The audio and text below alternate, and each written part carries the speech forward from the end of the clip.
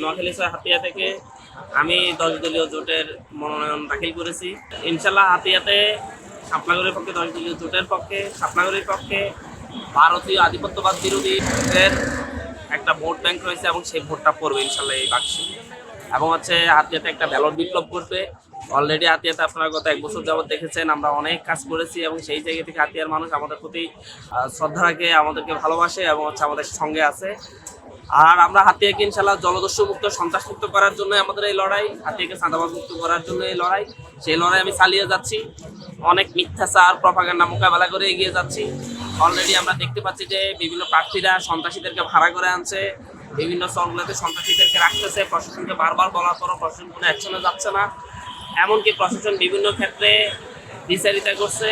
প্রশাসন মিথ্যা মামলা দিয়েছে, আমার একজন বাদীকে বাধ্য করে মিথ্যা মামলা দিয়েছে। এটা ব্যাপারে বারবার প্রশাসন উচ্চ পর্যায়ে জানিয়েছি। আমি অপেক্ষায় আছি কি ব্যবস্থা নিচ্ছে এই প্রশাসনের বিরুদ্ধে। সকল প্রমাণও আমি সেখানে পেশ করেছি, রিটার্নিং অফিসারের কাছে পেশ করেছি, এসপির কাছে পেশ করেছি এবং নির্বাচন কমিশনারের সাথে আমার সাক্ষাৎ আছে, সেখানেও আমি এগুলো তুলে ধরবো ইনশাল্লাহ।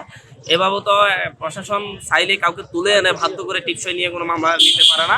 সেখানে আমাদের উপজেলা ছাত্র শক্তির আহ্বায়ক, শিক্ষক ইউনিয়ন, এনসিপির আহ্বায়ক সহ কয়েকজনকে আসামি করা হয়েছে, যাদের কোনো ঘটনার সাথে ন্যূনতম সম্পৃক্ততা নাই, যেটা বাদী নিজেই বলছে। কিন্তু বাদীকে অজান্তে বাদীকে কাছ থেকে বাদীকে বাধ্য করে থানায় ধরে নিয়ে গিয়ে বাদী থেকে টিপসই নিয়ে মামলা করা হয়েছে।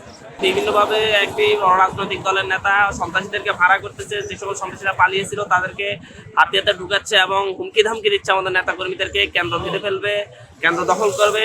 আমরা জানি সেই সময় আর নেই, সুতরাং উনি সপ্তাহ রাজ্যে বাস করতেছে।